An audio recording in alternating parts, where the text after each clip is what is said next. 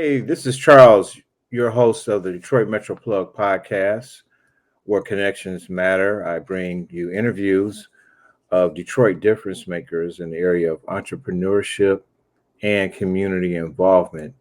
On today's episode, we interview T.ROSE, who is founder of WriteYourPlan.com. And she's going to share the top 5 reasons why you need a business plan. That's right, the top 5 reasons you need a business plan.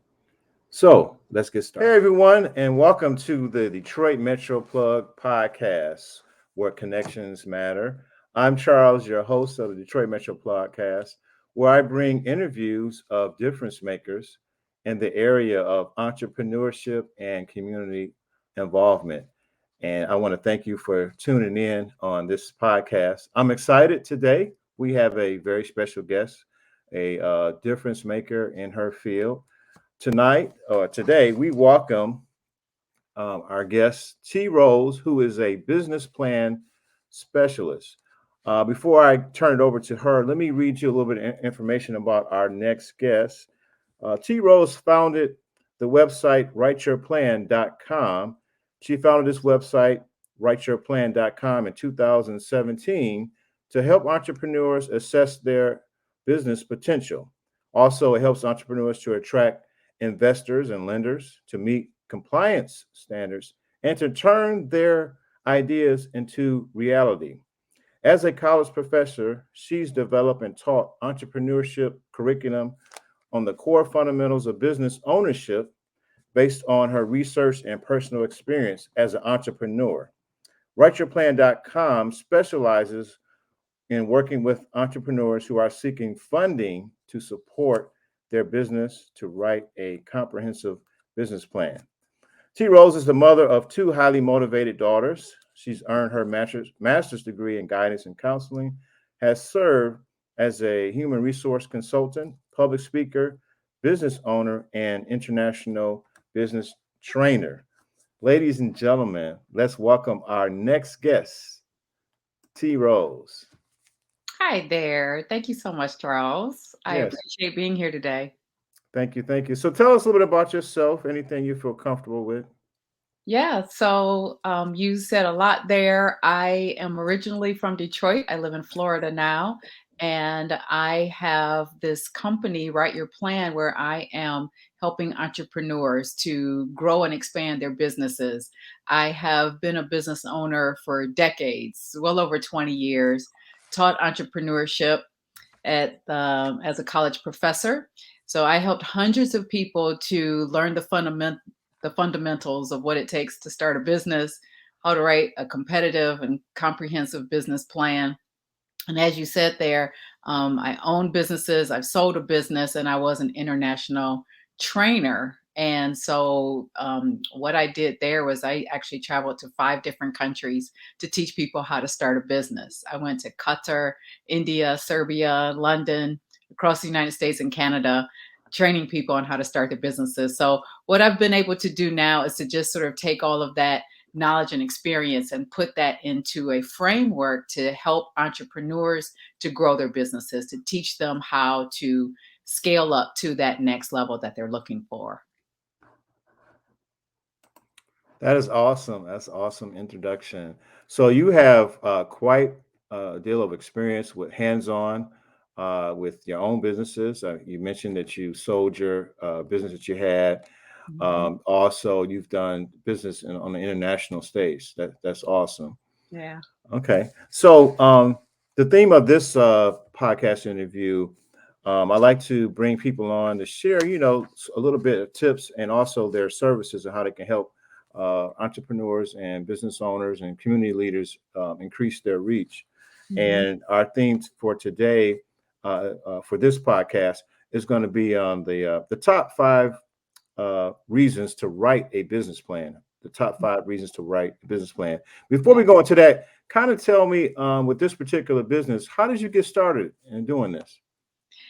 Well, it started out of necessity, which hopefully is the reason that all of the listeners that are entrepreneurs out there right now also started their businesses. So it is a matter of seeing a need in the marketplace and being able to fill it, something that either you are able to do from your experience or that you learn to do because you see the opportunity.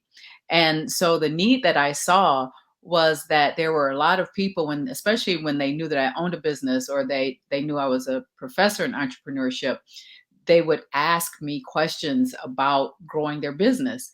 And at the time, perhaps attending my class was not convenient. This was pre-COVID. This was pre the days when, everybody was doing everything online. But I did see a way that I could still package what I knew into easily digestible segments that busy people would be able to use, and that would be helpful for them. So it was out of the need, multiple people asking me for the advice and for information. And so I was able to just sort of, rather than just sort of giving people scattered information, I said, well, what if I just really just created a course? I mean, I was already a professor and I already knew how to create a course. I was teaching courses every day. And so I just put together my own course and put it online. And so now what I'm doing is, like you said, very hands on. So there's the online piece, but then there's also the piece where I'm coaching people directly. And that's the most fun for me because I really get into other people's ideas. That's awesome. Awesome. So you created this platform, this business, out of necessity, because you were already teaching as a professor in the area of entrepreneurship and business. Right. I want to ask you, before we go into the 5 reasons to write a business plan. How would you? What would be a simple definition of a business plan if somebody was to ask Yeah. you? Well, a business plan is really a framework. It is a way to communicate clearly for different audiences. So that audience could be internal. It could be just for you and your team. It could just be for the people who are running and operating the business on a day-to-day basis, that would help you to solidify your short-term and long-term goals, and knowing how all of the different pieces that are part of your enterprise, from a financial standpoint, marketing, operations, all of the different components about your company, and being able to see all of that from a bird's eye view. And knowing planning is about being able to anticipate things that you, like the pandemic. I mean, that's probably one of the biggest examples that I could demonstrate for you today, is planning for the unexpected, planning for the unknown. I mean, we kind of know certain things about what we want to do, but you also have to plan for the unknown, and it includes an exit strategy. So internally, it is for the people that are actually in the business themselves. And then externally, it could be for key stakeholders, especially for people who are seeking funding, outside funding. If you want someone else to be able to invest in you and your idea, you believe in it, but how are you going to show them and demonstrate to them? And so we're going to talk about some of those details as well. Okay, that's great. Can you remember when you first started your business? How did you learn about writing business plans? How did you come up with your first business plan, or did you even write a business plan when you launched your business? I did. Oh yeah, we did. I started writing business plans over 20 years ago. Okay, And how did I know? I'm not sure. Just because we took business courses, so we knew that that was an important part of running a business. And so for the businesses that I had, even that long ago, we wrote business plans for them, so just so that it was internal. It was just for us. It was so that we understood, what are we getting into, how are we going to be profitable, what is it going to take, what is our marketing strategy, how much is everything going to cost, and when are we going to see our return on investment, and how, just all of the different pieces that you need to know. And it helped us to determine whether or not to even go into the business. It okay, informed us, on, if we are going to take this step, then we now know with our eyes wide open what it's going to take to be successful. And then friends started asking me to write their business plans, and I was doing it for free. Oh, wow. It Okay, was just fun. I'm a natural editor and writer, okay, so it's just something that, I just do. It's a gift, I will call it. okay. And so No big deal. Sure. I was writing business plans for friends just for fun. Wow. Didn't realize that it was a skill. I didn't realize that it wasn't something that everyone knew how to do. I didn't know that. I thought everybody Okay. knew how to do it. So that's what Okay. I found out, that people need it, but it's not in their wheelhouse. Right, right. Okay. So Yeah. let's get into it. The top 5 reasons to write a business plan. Yes. Yeah. So there are lots of reasons that it makes a lot of sense. And so what I try to do is to break it down, into something that's digestible that people can get to. So the number one reason, and the reason that we started Write Your Plan, is about attracting investors and lenders. So yes, there's that internal, but a lot of times existing entrepreneurs, people that are already serving clients, already have a product or a service that they're providing, get to a point where they say, we are putting our own money into this and it's coming to a place where we're ready to expand. We need to hire more people to help us. We need more inventory. We need, more infrastructure. And that's going to take funding beyond what we really have or what we are willing to continue to pour in here. We need someone else to invest in us. So attracting investors and lenders is paramount. It is the way to attract them, is with a comprehensive business plan. It's what they're looking for. So attracting the investors and lenders becomes really, really important when people are ready to scale their business up to that next level. Okay. Yep. So attracting investors and lenders. Okay. Yeah, that is absolutely number one reason that people write business plans. And then number two, it's really to assess your business's potential. So, as I was describing earlier, that was one of the things that we did early on, many years ago, just to find out if this business idea is really what we think it's going to be. And when I was a college professor, I used to commend the students that were taking the time to learn before they jumped out there, because a lot of times people just get an idea for a business and they just jump, right? Like, oh, we can do this. And then they get out there and realize that it's tough. I wouldn't trade entrepreneurship for the world, but it's tough, right? It's no joke.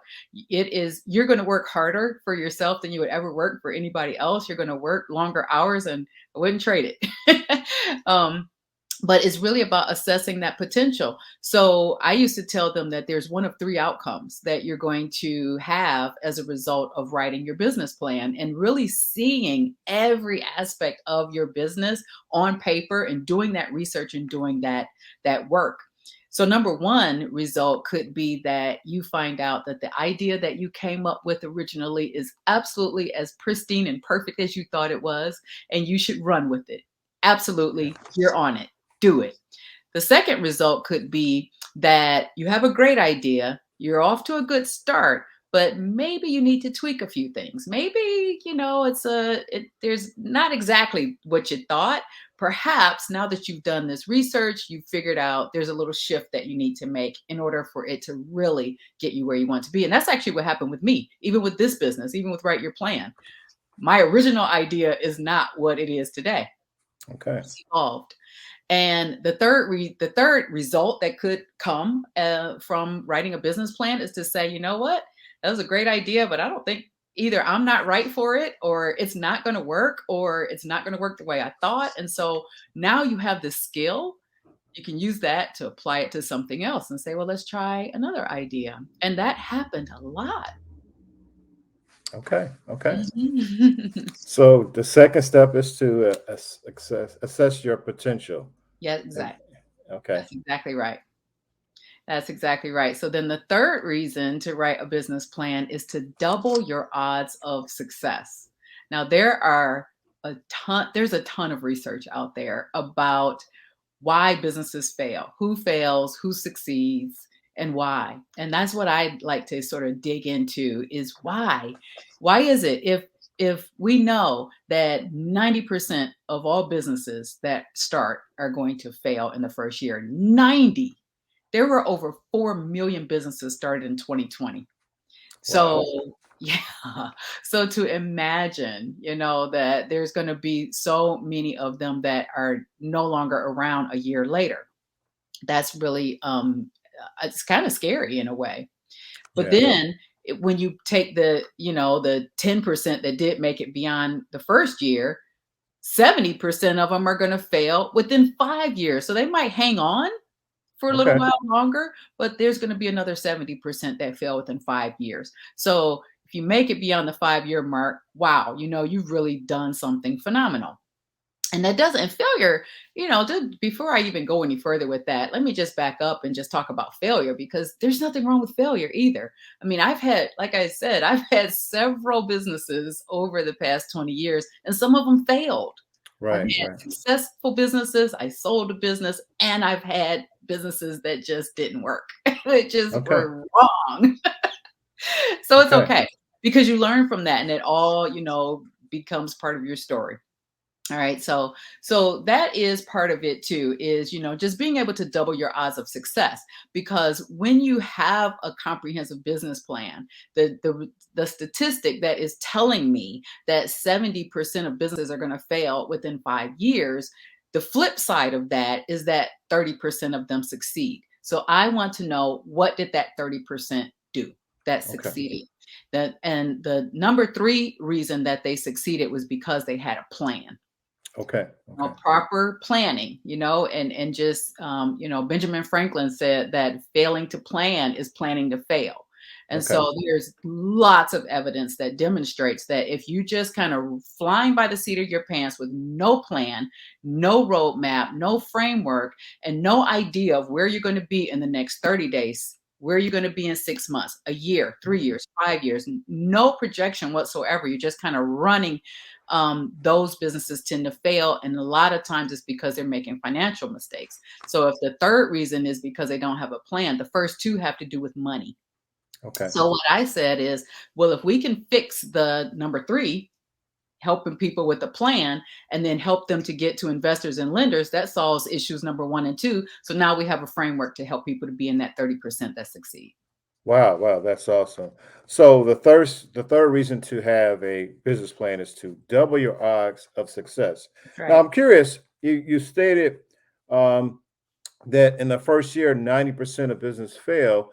Would you argue that most of those businesses failed did not have a written business plan or didn't have an idea of their concept? What would you say about that, those 90%? Statistically, yep. Statistically speaking, that is what the data Okay. shows, is Hmm. that people just kind of just started because of whatever reason, because they had an idea. Maybe somebody told them that they're really good at baking cakes, and they used to Hmm. make cakes for people for the holidays, and they thought, well, maybe I can turn this into a business, and just kind of start it, without a plan, without knowing exactly what is it going to take to be profitable, Okay. and having all those pieces.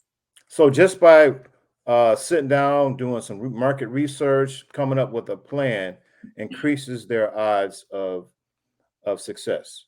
Absolutely. Yes. Yep. Okay. Yep. Okay. It's really taking the time to understand how the business works from every angle and every aspect, and taking the Okay. time to really understand that. Yep. Okay. All right. Yes, indeed. So, number four, the fourth Yes. reason to write a business plan is to examine your entire business concept from top to bottom. So this is kind of what I've been saying all along here, is that what a business plan is going to do for you is to help you to understand the operations, the company, the marketing, the finances, the exit strategy, key partnerships, and how does money flow in, how does money flow out, every aspect of it. I mean, I've seen people discount or not include the cost of goods in their marketing, in their financial planning, which is a huge mistake. People that are, for example, maybe making a hair care product, I'll just use that as an example, in their kitchen, and not counting how much it costs for the little tubes that they're putting the product in, and the labels and the ink, and just, I mean, you'd be surprised. It's the smallest things that people are not counting that is impacting their bottom line. So this concept, or this idea of understanding how every layer of your business impacts the other, because the other piece that happens is, what if as you're going along. And let's say you fall into that category of people that say, I've done this great planning, and we understand what we're doing, and we're running, and everything's looking great. A year later, you say, we need to make a shift. Something has happened either within our company or within the economy, and we need to make a shift. Well, when you make that shift, what is the ripple effect? How do you really understand what the impact is going to be on every other aspect of your business if you make that one shift? So when you become proficient at planning and business planning and having that in your wheelhouse now as an entrepreneur, you will understand that ripple effect and being able to be nimble. Okay. Okay. So the step four or step the reason for is to examine the business concept from top to bottom. You got Okay. it. You got it. That's great. That's great. Okay. So then reason number 5 is about accountability. We all need to be accountable to ourselves, to someone else. And being accountable to someone outside of ourselves is just like anything else, I think, in life. I have coaches, and many of us do, right? So you have business coaches, you have life coaches, you can have a relationship coach or a fitness coach. So for many people, some people are able to just get up, go for a run, come back, eat, all the vegetables and fruits and all of the lean foods that they're supposed to eat, drink all the water, get enough sleep, do all of the right things every single day. There's a very small minority of people that can do that without anyone else being involved in the process.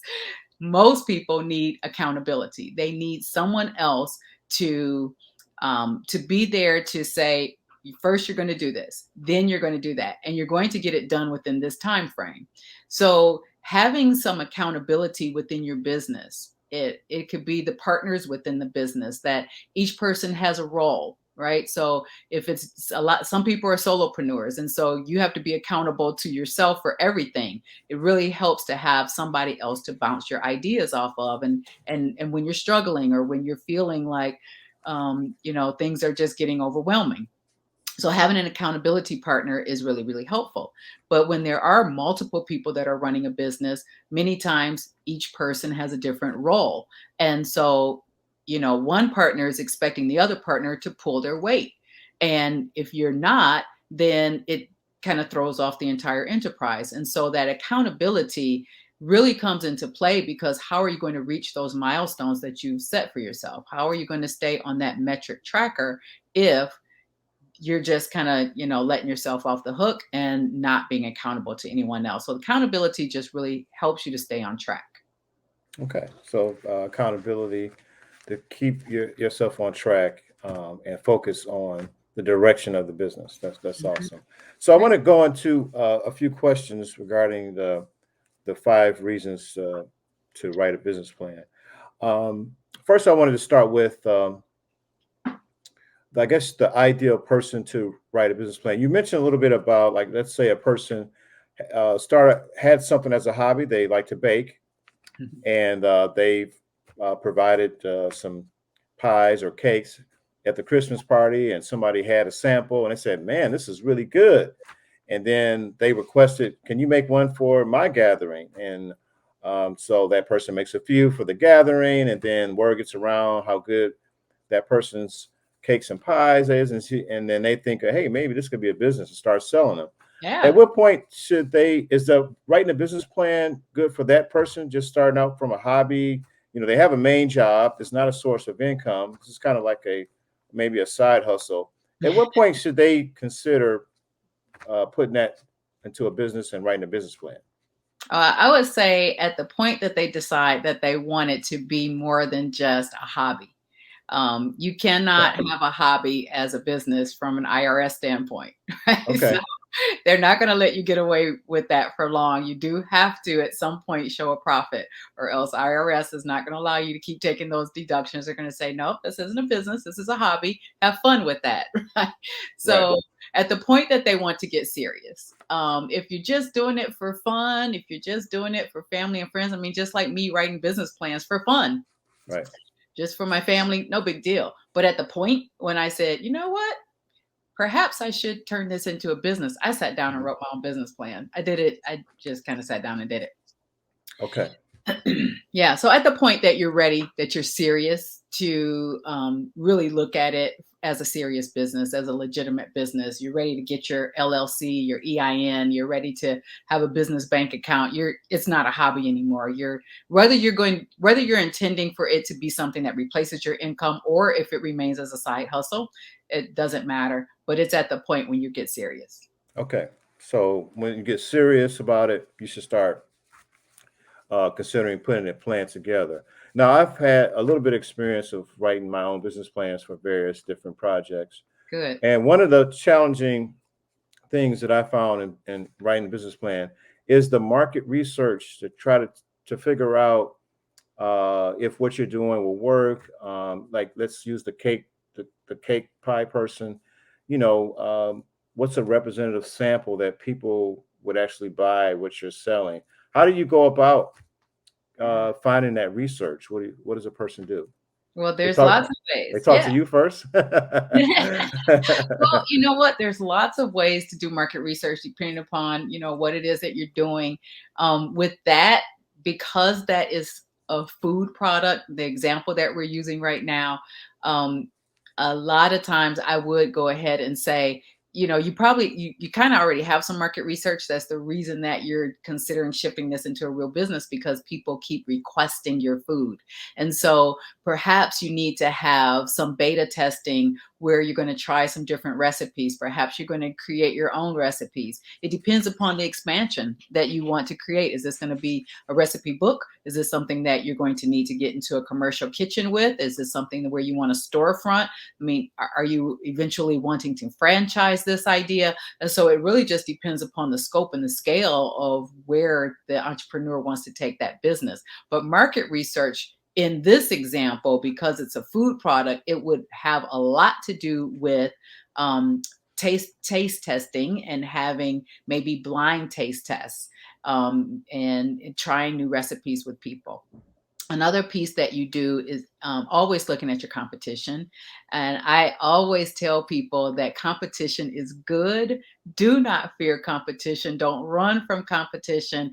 And the most important thing to do when it comes to competition is to never tell yourself, I don't have competition, because that is probably one of the things that I hear so often. It's like, well, who's your number one competitor? And people will say, well, I don't really have any competition. There's Okay. no one that's doing what I do, and certainly not the way that I do it. And so that's unless you are truly creating something that has never been seen before, most of us do have competition, and it's good because what competition does is it provides proof that what you're doing is wanted, is needed. So if you're the very first person to ever do something, that means that um, what you have to do is to educate the entire world about this new thing that they know nothing about. So that's daunting. That's probably not what we're doing. But you can learn from your competition. You want to study them. You want to find out, well, what are they doing? How are they successful? How long have they been around? Burger King always put their restaurants right across the street from McDonald's. Why? That was their market research. They looked at, this is the best location for this place. So market research has many arms to it. Okay, that's great. I like what you said. You said about if people are requesting the pie or cake, that lets you know that there's demand. And I definitely like how you talked about researching and seeing that there's competition. That's a good thing. It is. Um, some people will view, well, everybody else is selling pies. What makes me so different? And see Mhm. that as a negative, but they should see that as a positive. I like the Absolutely. way you said that. So that shows that there's demand for that product, and Exactly. then that way you can see how what's working and what's not. I think that is great. Absolutely. Um, I also found a challenge and with pricing of your product or service, and Mhm. when you kind of write that in your business plan, what are Yeah. some ways that people can find out how they can have the right pricing? Well, for this is their. all, yep, this is all part of that process too, is determining who are you. So, yes, you have competition, but no, but you're unique. No one is you. No one is going to do it exactly the way that you do. No one has your exact background, experience, skill, training. No one else was trained by your grandmother, right? So you have a very unique way of doing what you do. So then the marketing becomes, how are we going to let people know about our uniqueness? So yeah, so we're looking at that competition from that lens. Okay, so that's great. Well, you definitely shared some great insight on the 5 reasons why a person should have a business plan. You talked about increasing their opportunity for success and failure, the opportunity to attract investors and qualify for lending. That is Mhm. awesome. Um, so I want you to share with our audience, if they feel overwhelmed about writing a business plan and they need to seek out specialized services such as you. How would they get in touch with you, and what is the services that you provide in helping people with writing a business plan? Oh, okay, great. I have broken this down into three easy components. So, the first phase of what we do in working with our clients is number one, laying a foundation. So, the first thing that we're going to show people is, before we get into this business plan, because a business plan is more than just a document. It's not just a document you write out on a piece of paper and stick it in a drawer and never look at it again. So before we even get to what that means and the nuances of exactly how to do that really well, we first want to lay a foundation. And so I do that in phase one. So that is when we're really digging into the why. Why does your business exist? Why is it important? Who's going to buy it? And really examining and taking time to examine your values. What are the values behind your business and your company? Why do you exist? What is the legacy that you want to leave? What is your vision? Where do you see yourself in 5 years, 10 years? And your mission. Who is going to resonate with the mission of what it is that you want to do? So, when we have those kind of deep conversations and we're laying that foundation for your entire business, then writing a business plan becomes so much easier, because now we have really powerful words and we have a really strong mission behind what it is that we're doing, and we're excited, and the juices are flowing. And at that point, when we get into phase two, where we're actually getting into the nitty gritty of writing all of those pieces that pull a comprehensive business plan together, it's so much easier, and people really are able to enjoy that process. And then phase three is really about launch. It's about, okay, you have this great foundation that we've laid. We have all of the pieces of our puzzle put together. We know our marketing plan. We know our strategy. We know how we're going to price, as what you were speaking of earlier. We know exactly how we're going to price it. Are we below market? Are we right in line with market? Are we above market? It is nothing wrong with charging more than what your competitors charge, based upon all of this data that we're going to gather. And so it's about launching. And so those are the three phases. So for people to be able to get more of an overview of what it is that we do, you can go to mini.writeyourplan.com, mini, mini.writeyourplan.com. There I have a 3-day mini course that explains all of these pieces that we're talking about today, so that people can have an opportunity to view that information. And within that mini course, there's an opportunity for people to apply to work with us, and we get that application, we review it, we get back with people within 48 business hours and get on the phone, have a conversation, and just talk about whether or not this program is going to be a good fit for them. And it's just beautiful. I love having those conversations with entrepreneurs and really getting to the heart of what it is that they are trying to do, and how we can support them to get there. Okay.